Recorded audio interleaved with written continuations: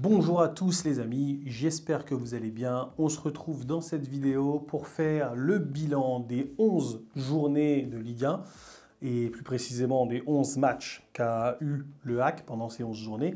Et aussi, on va faire le point sur les points et on va faire des calculs sur les points qu'il reste au HAC pour participer à une compétition européenne, parce que c'est ce qu'on joue, hein, une Ligue des Champions ou une qualification en Ligue des Champions ou en Ligue Europa, etc. Bref, c'est ce qu'on joue. Pour moi, personnellement, c'est ce qu'on joue.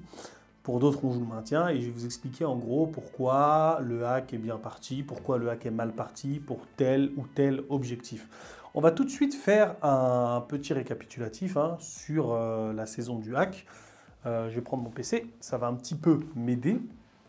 Alors, le HAC a fait 11 matchs depuis le début de la saison, a eu 3 victoires, 5 nuls et 3 défaites.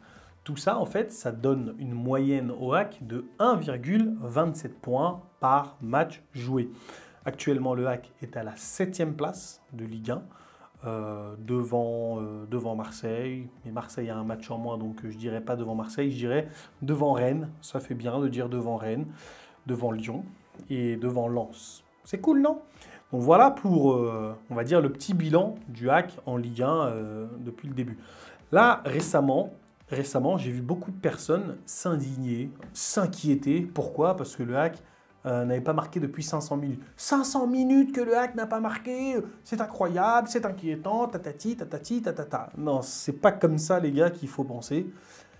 Une bonne attaque, avoir une bonne attaque en Ligue 1 ou en Ligue 2, c'est pas vraiment la chose la plus importante. Je vous le dis, le plus important, c'est d'avoir une bonne défense. Donc, si le HAC ne marque pas pendant 1000 minutes, mais qu'il continue à avoir 4 points en 4 matchs, par exemple, que le HAC continue à ne pas marquer. Arrêtez de vous inquiéter. Et je vais vous prouver ça avec des faits, parce que ça se trouve, là, vous allez dire « Ah, qu'est-ce qu'il raconte, il dit de la merde et tout », mais non. Je vais vous montrer des faits qui prouvent qu'avoir une bonne défense, c'est bon. Là, par exemple, là, vous pouvez regarder ça. Le HAC est la 6e défense de Ligue 1. Le HAC est la 6e défense de Ligue 1 et le HAC est placé 7e en Ligue 1. C'est cool, non? Par contre, quand on regarde l'attaque, le HAC est la 11e attaque de Ligue 1. Vous voyez ou pas ce que je veux dire?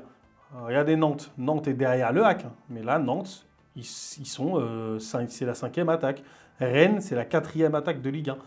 Mais le Havre est devant ces équipes-là. Pourquoi? Parce que le Havre a une meilleure défense. Donc, c'était une petite aparté pour vous dire d'arrêter de vous inquiéter. Le HAC marque pas, le HAC marque pas. Vous inquiétez pas. Tant qu'on ne prend pas des 3-0, des 3-0, des 3-0. Et pour appuyer mes dires, je vais même aller en Ligue 2 pour vous montrer comment c'était l'année dernière. L'année dernière, le HAC a fini premier. Metz a fini 2e. Donc là, on regarde le classement de la Ligue 2 de l'année dernière. Le HAC, ils sont où le HAC? Le HAC, ils sont 9e. Le HAC, c'était la 9e attaque de Ligue 2 l'année dernière. Franchement, Metz, chapeau. Saint-Etienne, regardez, Saint-Etienne, c'était la première attaque de Ligue 2 l'année dernière. Ok, ça va, ça marche.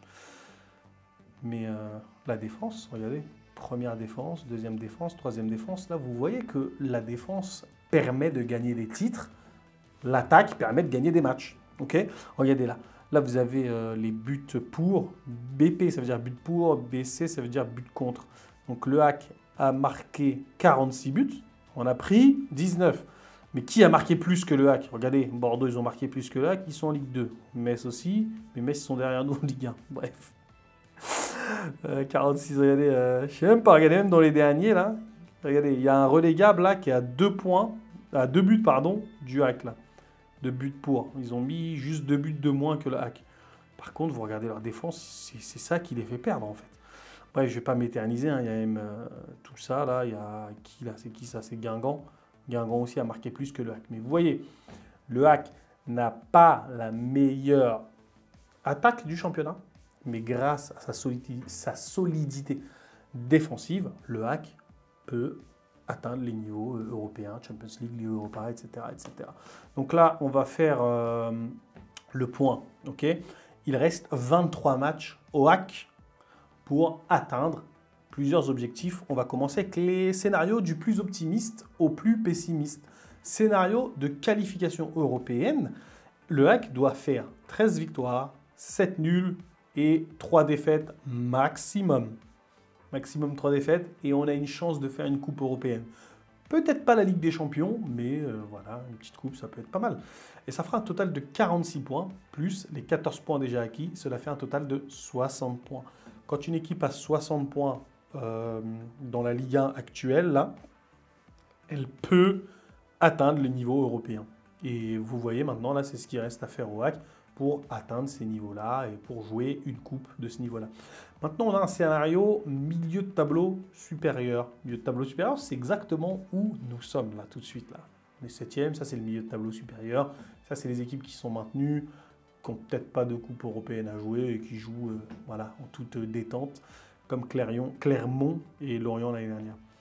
Regardez, 11 points, 11 victoires, pardon, 3 nuls et 9 défaites. C'est-à-dire que si le HAC a encore le droit à 9 défaites, et à 11 victoires ou 12 victoires et 10 défaites. Ça dépend de comment vous prenez ça.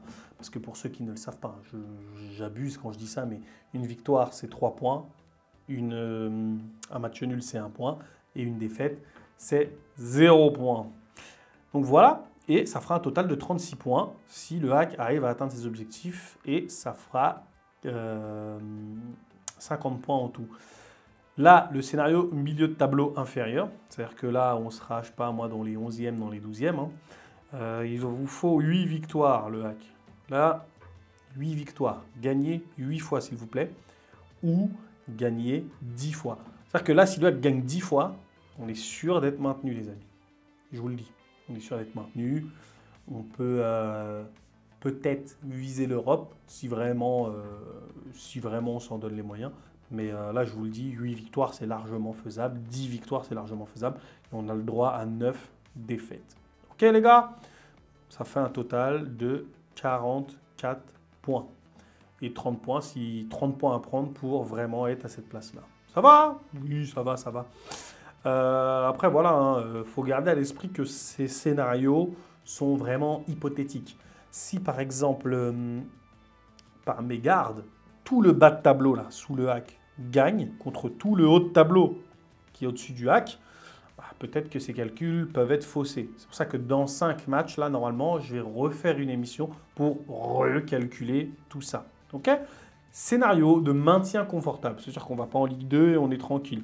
Le HAC, 7 victoires. Il reste 7 victoires pour être maintenu confortablement et 7 nuls et ou 7 nuls pour être maintenu confortablement.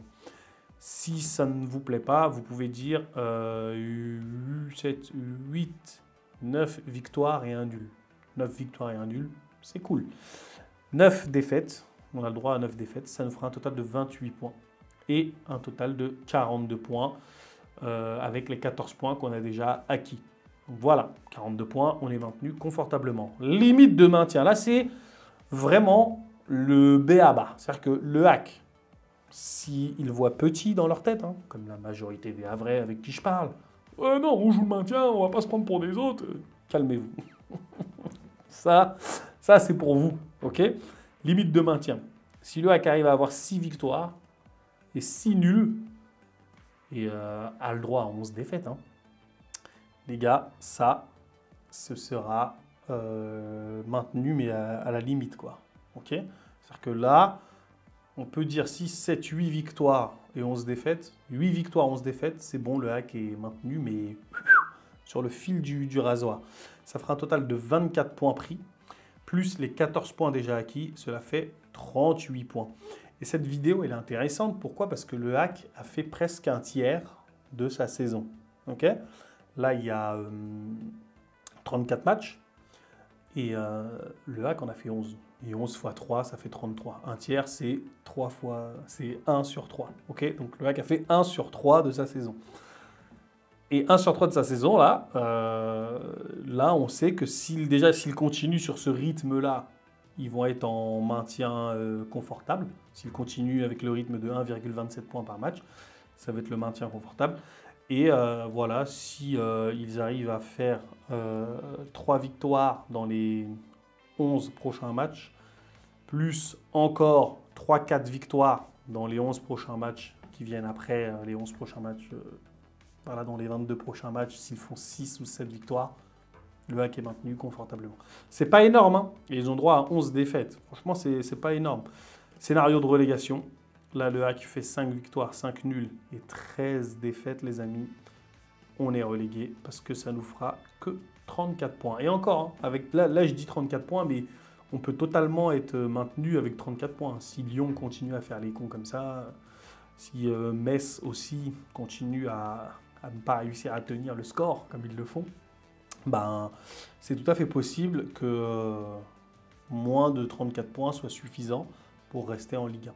Donc voilà, je ne sais pas ce que vous en pensez. Dites-moi dans les commentaires si vous avez un pronostic de la fin du Havre en Ligue 1. Pour vous, où est-ce qu'ils vont terminer? Qui sera relégable selon vous? Est-ce que le HAC a une chance pour vous de finir en Coupe d'Europe? Oui, non, non, oui. On en parle et voilà. Allez, c'était Abdou. Peace!